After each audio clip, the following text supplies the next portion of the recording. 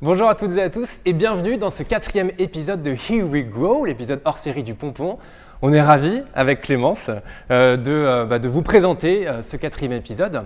Aujourd'hui, on reçoit quelqu'un de génial qu'on adore, tout simplement. C'est l'ancien directeur marketing commercial des opérations de l'accueil et des boutiques du Futuroscope. Il l'a été pendant 11 ans, rien que ça. Il a créé 2 entreprises bien différentes, l'une dans la distribution de Pareo et l'autre dans le conseil en management. Et il est très très calé dans le lancement de lieux culturels, la création d'exploitation. Et on le verra au fur et à mesure de cet échange qu'il apporte une grande importance à la justice et à la justesse. Aujourd'hui, nous sommes ravis d'accueillir l'un des membres fondateurs du lieu dans lequel nous sommes et qui est aujourd'hui son CEO, Philippe Massol. Bonjour. Bonjour. Bonjour. Et merci de nous accueillir ici. Avec grand plaisir. Aujourd'hui, on va parler d'un sujet. Clémence, je vais te laisser le présenter, qui nous tient tous les trois à cœur. Oui, tout à fait. Déjà, Philippe, merci beaucoup pour l'accueil. On est là pour parler d'un sujet qu'on a beaucoup aimé partager avec toi. Ensemble, on va parler du mieux-être, comment s'augmenter pour augmenter les autres, cette capacité à améliorer ma personne, ma propre personne, dans un milieu ou salarial ou même entreprenant, pour améliorer la capacité à prendre du plaisir dans mon travail et le plaisir aux autres collaborateurs qui nous entourent. Avant même de démarrer, par contre, on voulait un peu quand même parler de ce lieu magique dans lequel on est, la Cité du Vin, puisqu'on est en plein cœur ici de ce rez-de-chaussée de la Cité du Vin et qu'on verra un peu plus tout à l'heure.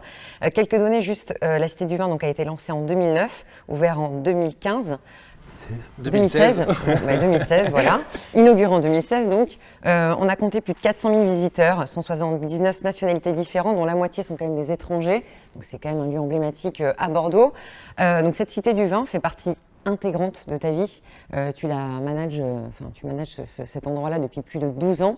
Donc avant de démarrer justement sur ce sujet qui va aborder chronologiquement pendant toute cette interview le cheminement de vie pour arriver justement à ce plaisir de s'augmenter, d'augmenter les autres. Comment toi tu vis aujourd'hui cette direction? Qu'est-ce qui t'anime dans la gestion de ce lieu? Il y a eu un élément, on en a parlé, très important et que moi j'ai mis très longtemps à accepter, c'est la notion de fierté.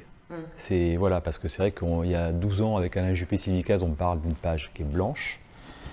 Dans un projet, il y a plein de moments où un projet il peut s'arrêter, hein, et puis on passe pas. Alors on est passé, on était jusqu'au bout. Et puis il ouvre, et c'est un succès, clairement. Et puis là, des fois, alors moi j'ai du mal à me poser, mais on se pose, on regarde, on reçoit des messages et on dit mais c'est fait, ça marche, c'est bien. Qui l'a fait? C'est nous. Vous êtes fiers? Je sais pas. Oui, vous avez le droit d'être fiers. Oui, on a le droit d'être fiers. Donc c'est cette notion effectivement de fierté qui n'est pas un sentiment, c'est pas de la prétention, c'est juste arriver à reconnaître soi-même que on a réussi quelque chose et qu'on a le droit d'être fier de ce qu'on a fait. Et moi j'ai mis très longtemps à passer ce cap et je pense qu'il y a une partie de ma vie qui a changé le jour où j'ai accepté de le dire et de le penser. Cette notion de fierté, tu l'as eu donc longtemps, très longtemps après l'ouverture finalement. Ah oui, je l'ai eu très longtemps après. Ouais. Alors, est-ce que c'est parce que quand il y a des gros projets comme ça, des projets sur lesquels il y a beaucoup d'enjeux, forcément il y a une espèce d'excitation, de peur positive qui se dégage sur les différentes phases du projet. Est-ce que du coup une des manières effectivement dans sa tête de bloquer les choses, c'est de considérer qu'elles sont pas importantes et que du coup on les passe avec plus de facilité, ce qui fait que quand les choses sont faites, du coup, comme si c'était pas important, du coup j'ai peut-être pas raison d'être aussi fier que ça. Sauf qu'après il faut se libérer du truc. Moi je pense que ça a été une manière pour moi de gérer la pression de toutes ces années de projet. Oui, voilà. D'avoir les pieds sur terre, quoi. Oui, c'est ça, d'avoir les pieds sur terre et puis de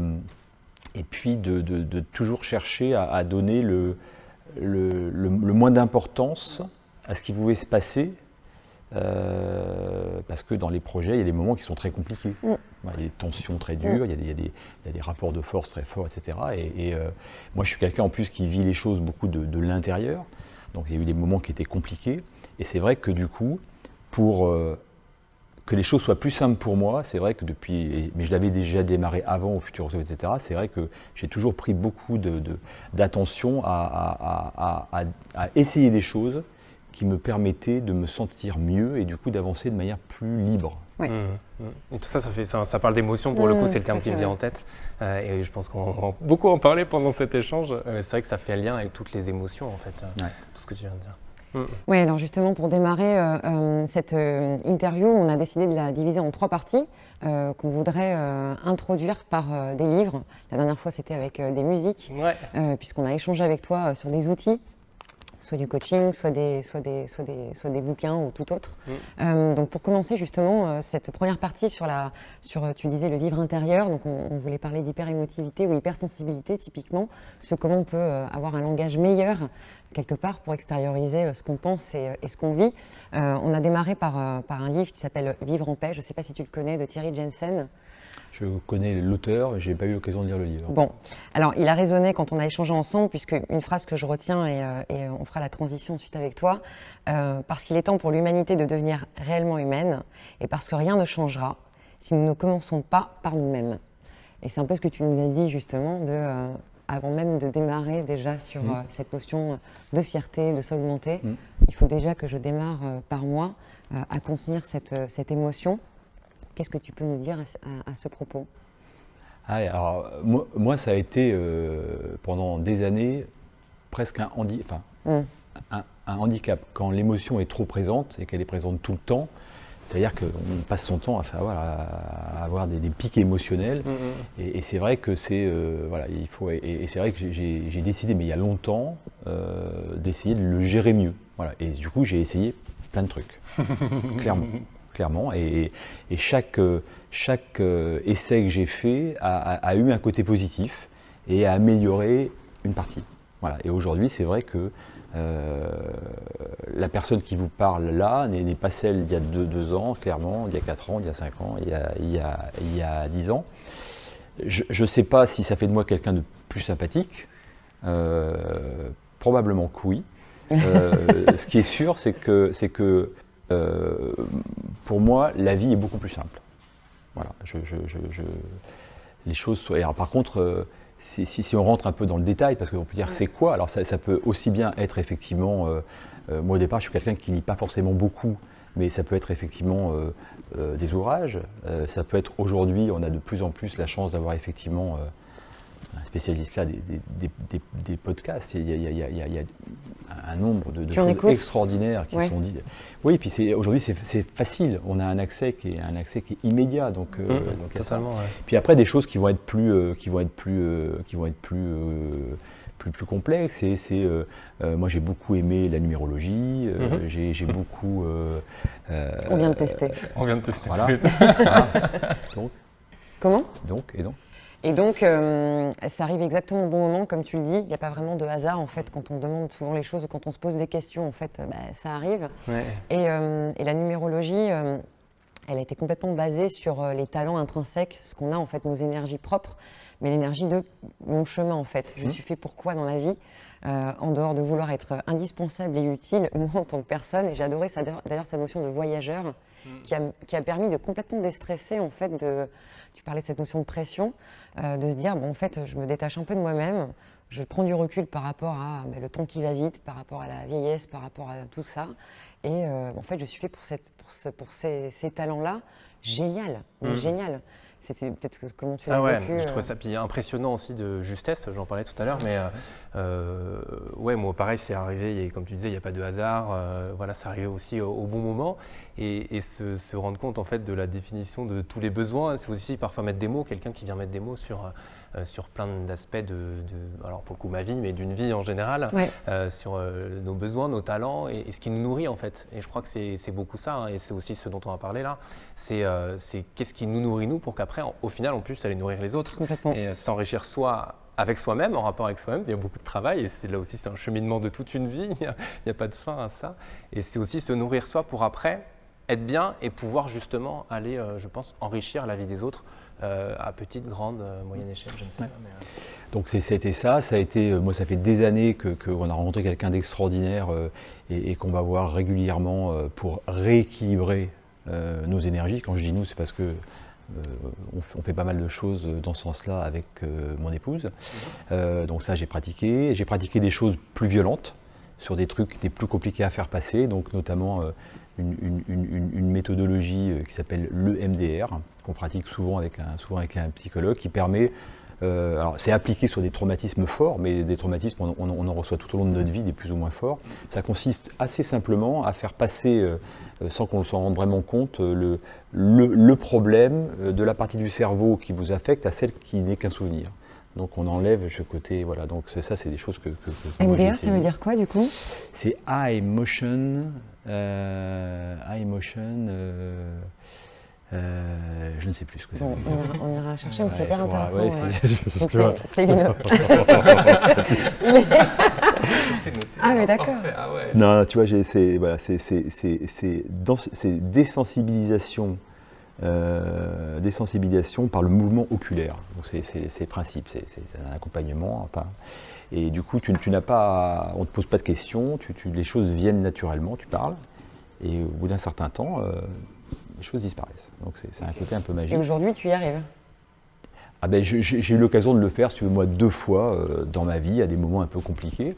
Et du coup, les choses sont passées. Mais c'était des choses très compliquées. Alors, aujourd'hui, moi j'ai souvenir quand j'ai commencé à travailler, on te disait, il y a ta vie privée, ta vie professionnelle, il faut séparer tout ça. Bon, aujourd'hui, on a bien compris que tout ça, ça n'avait pas de sens et que tout ça était parfaitement bien mélangé. Donc aujourd'hui, c'est sûr qu'il n'y a pas un élément dont on a pu parler là qui est traité l'un et pas l'autre. On traite soi et quand on est soi, on fait les deux. Donc on traite les deux forcément. Donc voilà, c'est ça. Et puis après, moi j'ai essayé plein d'autres choses. J'ai essayé l'hypnose, j'ai essayé alors, je pense qu'il y a un élément aussi qui est important, c'est son physique. Je pense que voilà, se faire pratiquer des activités sportives, aller voir régulièrement quand on est un peu mal au dos, etc., aller voir régulièrement un ostéopathe, un chiro, etc. Je pense que c'est important, c'est la tête, mais c'est aussi le corps. C'est la tête, le corps, le cœur. C'est les trois qui vont ensemble. Et c'est vrai que quand les trois sont en harmonie, je pense que c'est là qu'on est bien. Et quand on est bien, je pense que c'est là qu'on est puissant, qu'on est capable du coup de faire des choses extraordinaires. C'est ça. Et c'est marrant que tu parles de corps, pour le coup. J'en parle souvent avec des personnes autour de moi en ce moment, mais d'écouter son corps. Au final, il nous envoie plein de signaux. J'avais réalisé un épisode il n'y a pas très longtemps de quelqu'un qui avait fait un burn-out. Et au final, les signaux, le corps, et puis au bout d'un moment, le burn-out, c'est le corps qui dit stop, quoi, en fait. Et donc, s'écouter là aussi son corps, en fait. Et dans tout ce que tu dis aussi, je trouve ça intéressant, le fait comment dire, alors s'écouter et aller voir des personnes. Tu t'avais employé le terme consommateur de coach pour le coup, que je trouvais assez rigolo, mais c'est aussi parce qu'il y a ce côté un peu vulnérabilité, c'est le terme qui vient en tête pour le coup, et c'est puis accepter en fait d'être aidé, parce qu'il y a beaucoup de personnes, je crois, qui n'osent pas ou en fait qui, par ego, je ne sais pas, il y a pas mal de termes qui me viennent à l'esprit, mais vont pas faire tout ça. Et qu'est-ce que toi, à quel moment tu t'es dit, bah oui, en fait, je vais y aller, je fais cette démarche-là. Oui, tu as effectivement pas mal de personnes qui considèrent que c'est une faiblesse. Exactement, de le faire. Moi, je considère que c'est une force. Voilà. Mais c'est vrai que là, on est entouré de voilà, il y a ceux qui en ont conscience, il y a aussi ceux qui n'en ont pas conscience. Oui. C'est aussi ça. Donc voilà. Mais alors, il y a peut-être des gens effectivement qui vont très bien toute leur vie et qui du coup, voilà. Mais en réalité, quand on a l'occasion de discuter et de rentrer un petit peu dans l'intime de chacun, on se rend compte que d'abord, il y a beaucoup plus de personnes qu'on l'imagine qui font ce genre de choses. Oui. Et puis ensuite, moi j'avoue que j'ai aussi convaincu beaucoup de personnes de passer à l'acte sur différentes choses et des personnes qui vont forcément mieux. Ouais. Forcément mieux. Voilà. Par contre, ce qui est sûr, c'est que du coup, en faisant ce travail, avec le temps, on change. Alors, on le fait pour certaines raisons, mais je me souviens la première fois que j'ai démarré ces séances de NDR, personne m'avait dit, vous allez voir, c'est violent, vous allez résoudre le problème pour lequel vous êtes venu me voir, par contre, vous allez changer. Et vous allez changer. Donc, c'est-à-dire que autour de vos gens très proches risquent de vous trouver différents. Donc, il faut l'accepter. Alors, ça t'a pas fait peur ? Non, parce que c'était vraiment un truc qui me gênait et je voulais absolument, si tu veux, voilà. Donc non, ça m'a pas fait. Alors, j'y ai forcément pensé. Et je sais que quand je rentrais des séances, je disais à Agnès, tu me trouves différent, je suis différent. Je suis, non, rassure-toi, ça va, Oui, c'est t'as toujours deux cheveux à pareil. changer. Donc non, c'était pas. Et après, si, j'ai changé, mais honnêtement, j'ai changé de manière positive. Ça, c'est sûr. Oui, puis Ça, organique, sûr. c'est des choses qui se font finalement dans le temps, tu ne t'en rends pas compte toi quelque part, quoi. Oui, mais quand tu en parles, il y a des personnes qui te disent oui, j'ai fait ça, et derrière, tu as fait quoi? Ben derrière, j'ai divorcé, je me suis remarié, ça a fait des déclics qui peuvent être, qui peuvent avoir des répercussions. Tu peux quitter ton job, tu peux, parce que tu cherches à t'aligner, parce que tu es désaxé, tu te réalignes.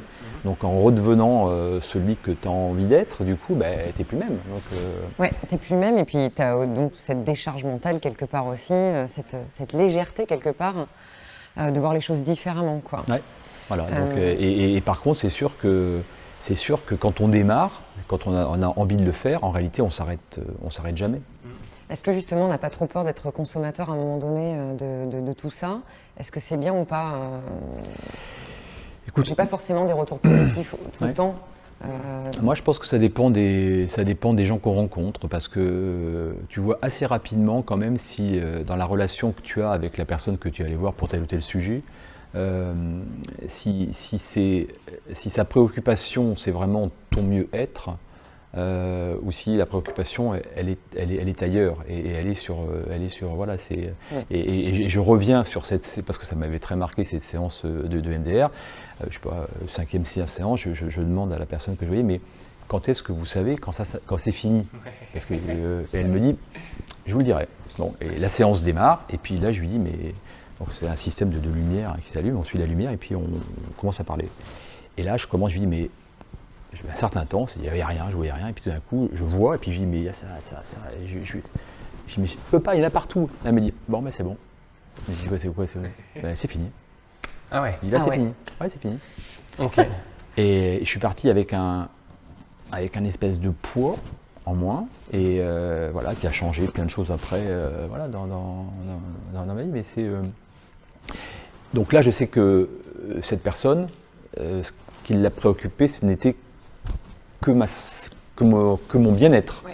Donc voilà. Après, j'ai d'autres exemples, où des gens qui sont aussi préoccupés par leur revenu, et voilà où ça peut changer. Mais c'est un peu comme quand vous tombez dans l'addiction, c'est un peu fort, mais du sport ou de la lecture. Oui. C'est où tout d'un coup on en lit 1, 2, 3, et puis on n'arrête plus de lire. Ouais. Parce qu'on a trouvé dans la lecture quelque chose qui fait qu'on aime, qu'on va bien, qu'on prend du plaisir.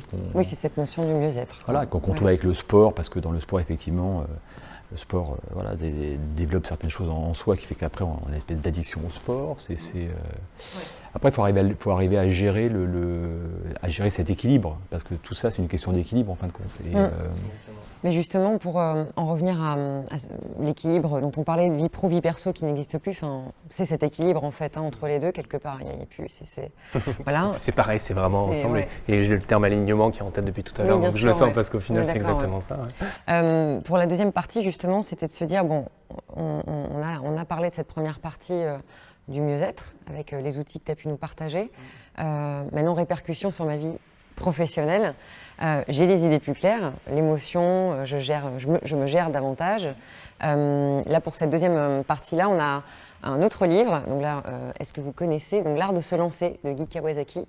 Ce livre-là, il est dédié aux entrepreneurs. Nous, on considère que maintenant, le salariat, on est entrepreneur. Tu fais partie d'un institut d'un salariat.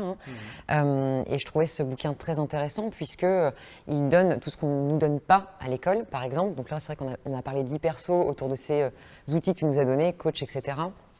Vie pro, on peut parler quand même d'école et de formation qu'on a ou d'expérience professionnelle. Dans ce livre-là, on nous donne quand même toutes les clés pragmatiques pour avoir l'art de se lancer. C'est-à-dire, j'ai des idées, j'ai un concept, je me sens mieux, je me fais davantage confiance, maintenant je veux les mettre en place.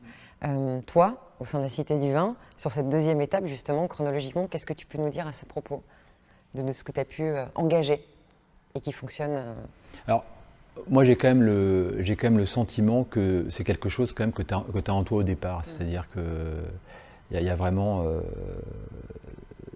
des personnes qui vont vouloir développer et qui vont l'avoir en eux. Je pense que probablement quand tu passes par le filtre de tes études, ça va peut-être t'aider, etc. Mais je pense que c'est quand même... Je ne sais pas si on apprend vraiment à. Je pense qu'on peut te donner des clés, mais je pense que tu as ceux qui ont envie d'être les premiers sur des projets, les premiers sur des idées, les premiers sur... Voilà, et après, tu as une autre catégorie de personnes qui sont ceux qui peuvent apprécier d'être dans des projets, mais qui ne sont pas forcément ceux qui vont être en tête. Donc toi, tu fais partie de ces gens qui sentent. Moi, j'ai eu la chance que vraiment au tout début de ma carrière, un homme politique qui est René Monory, qui était un très très grand monsieur, m'a fait confiance. Le Futuroscope venait d'être ouvert. Il recrutait quelqu'un pour créer des boutiques. Je ne savais pas. Les boutiques, moi j'avais fait une école de commerce, mais voilà, donc c'était un métier, les parcs de loisirs qui n'existaient pas en France.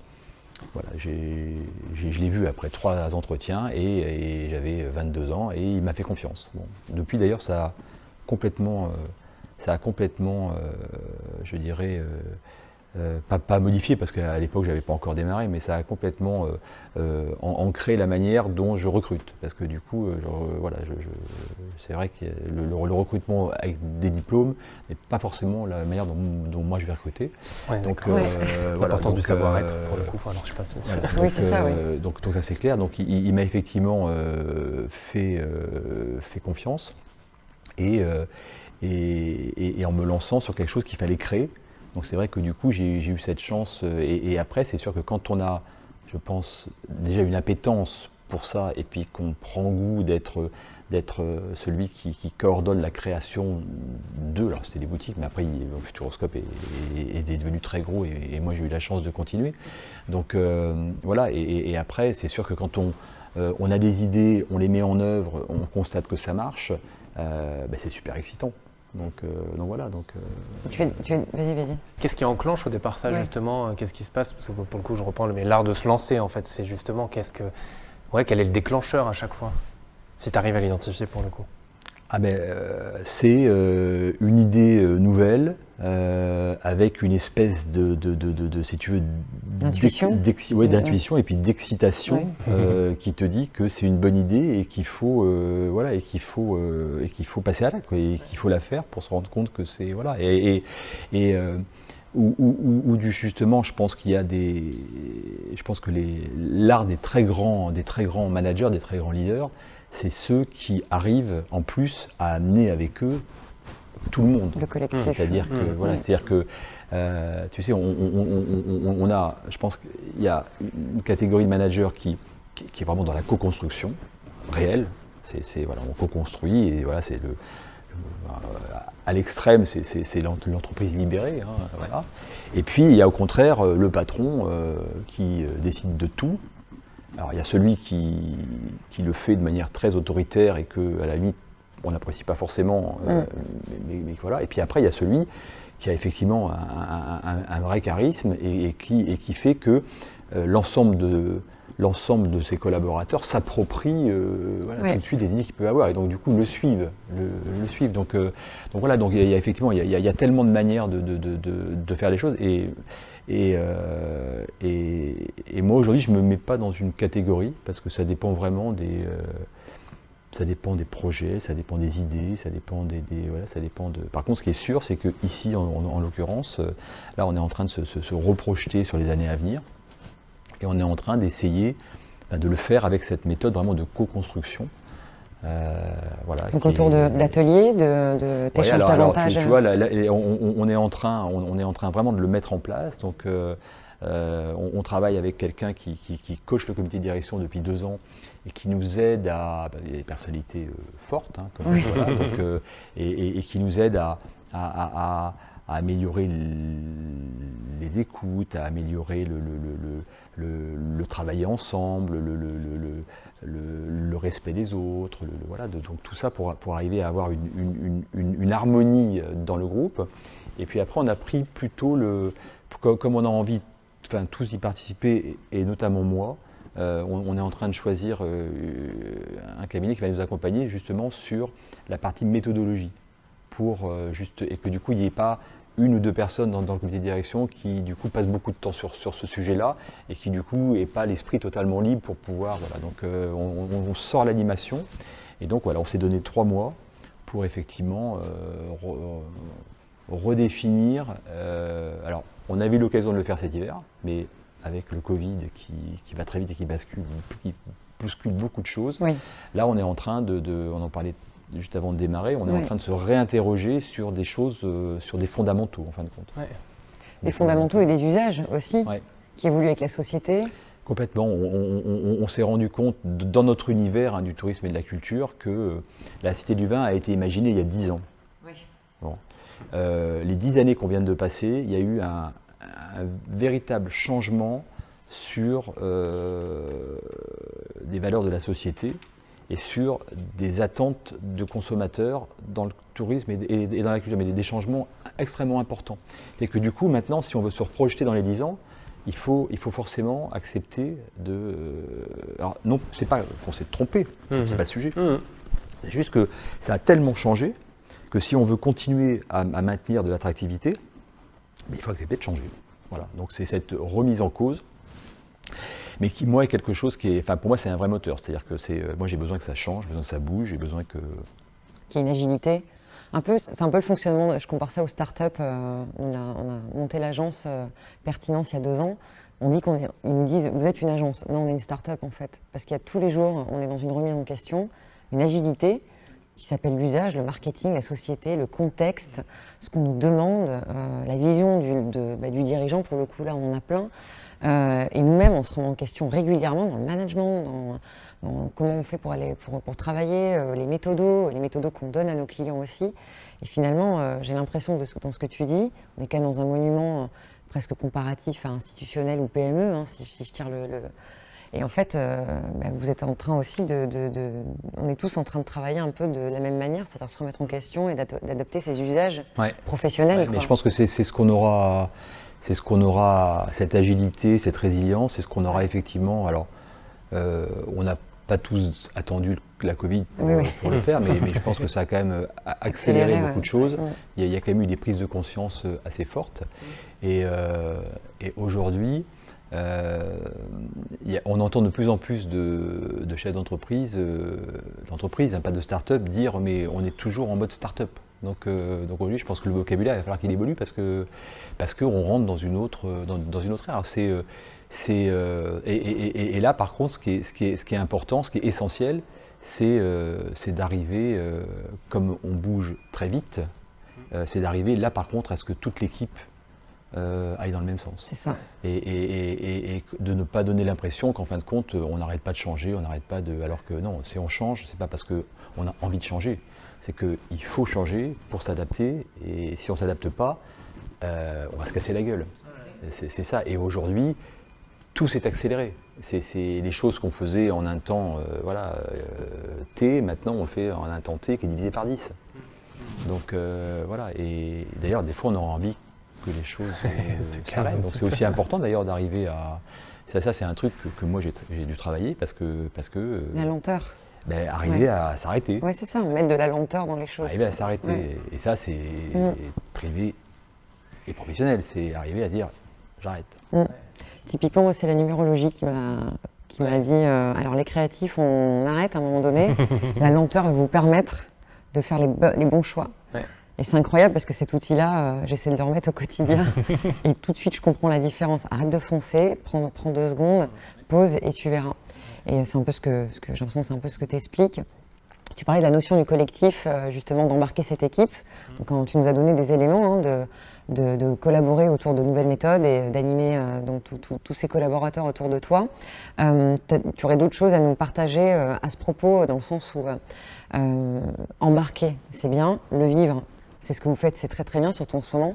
J'ai l'impression que c'est presque encore mieux qu'avant. Alors, il y a un contexte qui est compliqué, hein, on est d'accord, je ne suis pas en train de dire que c'est génial.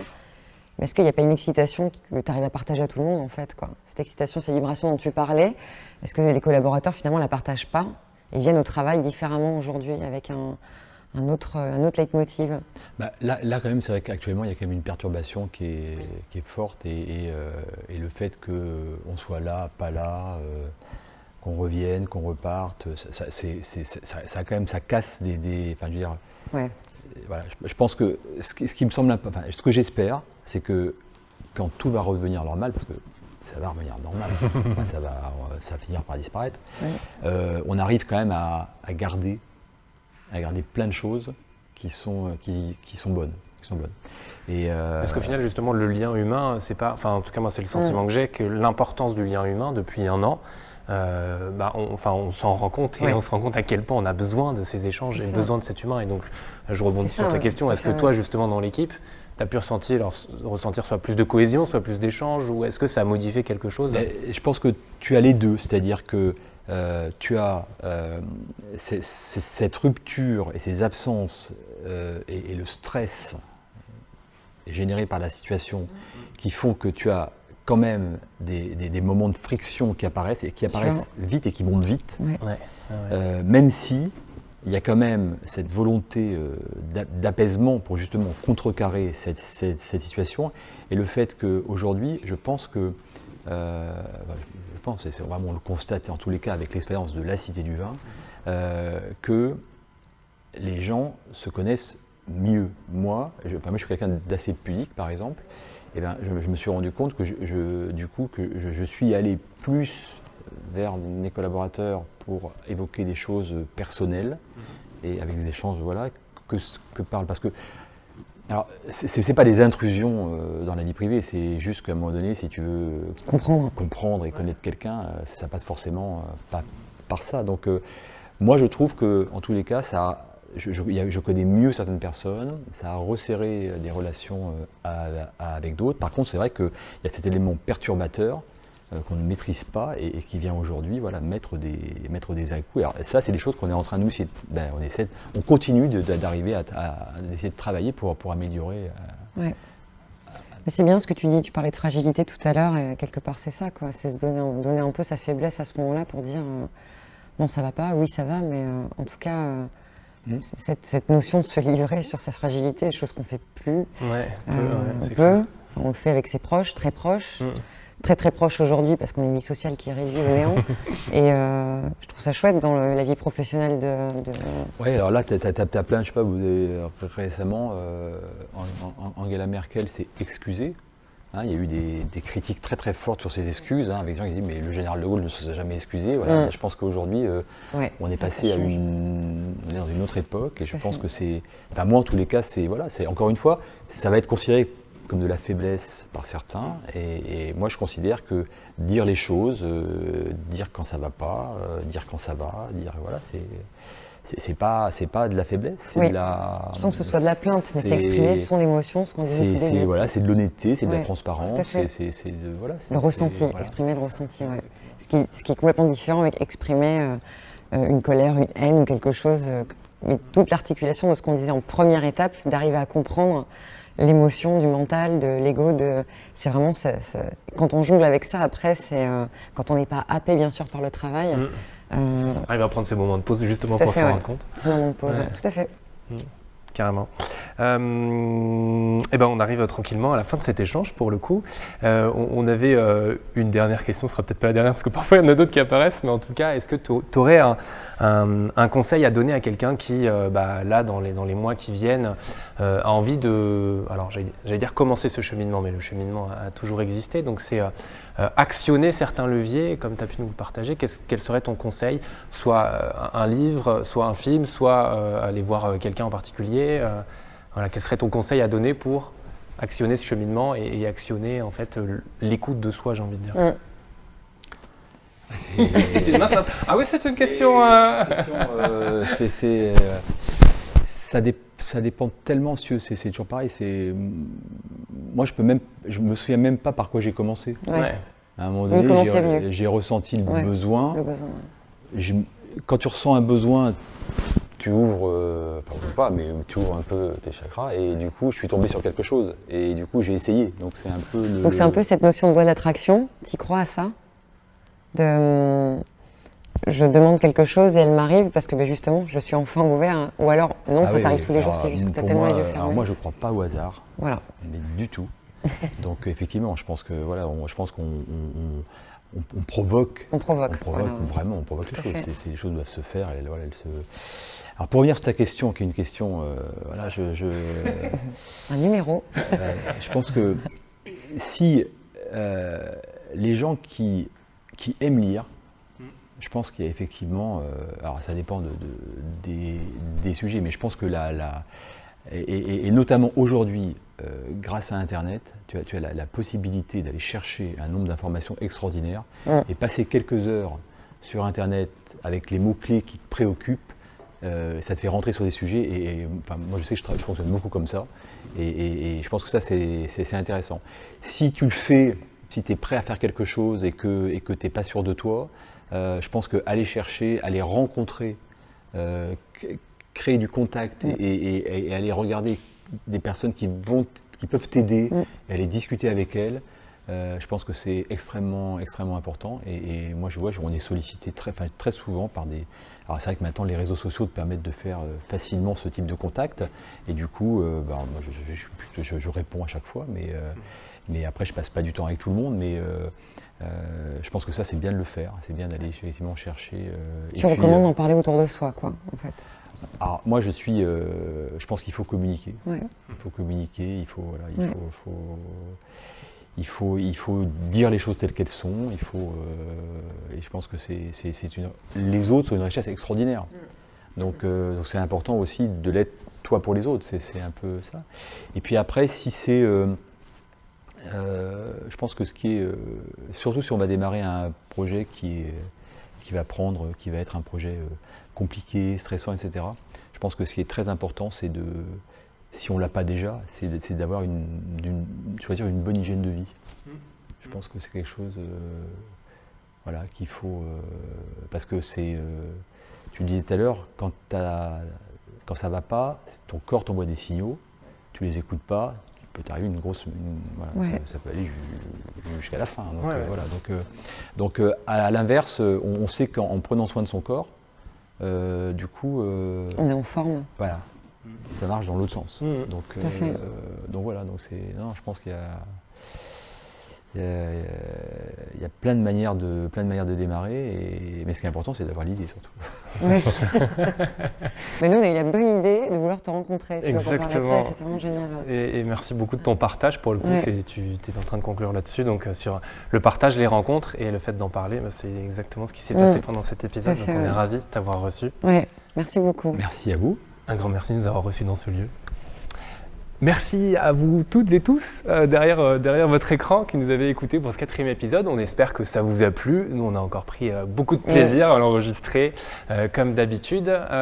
Et si vous aussi, vous avez une expérience, des techniques, des tips, des conseils à nous partager, faites-le en commentaire, faites-le à nous directement. Oui, tout à fait. Ravis là aussi, on est dans l'échange, on est dans le partage. Donc voilà, allez-y. À bientôt. À bientôt. Au revoir. Au revoir. C'est trop. Du tout. Good. Voilà.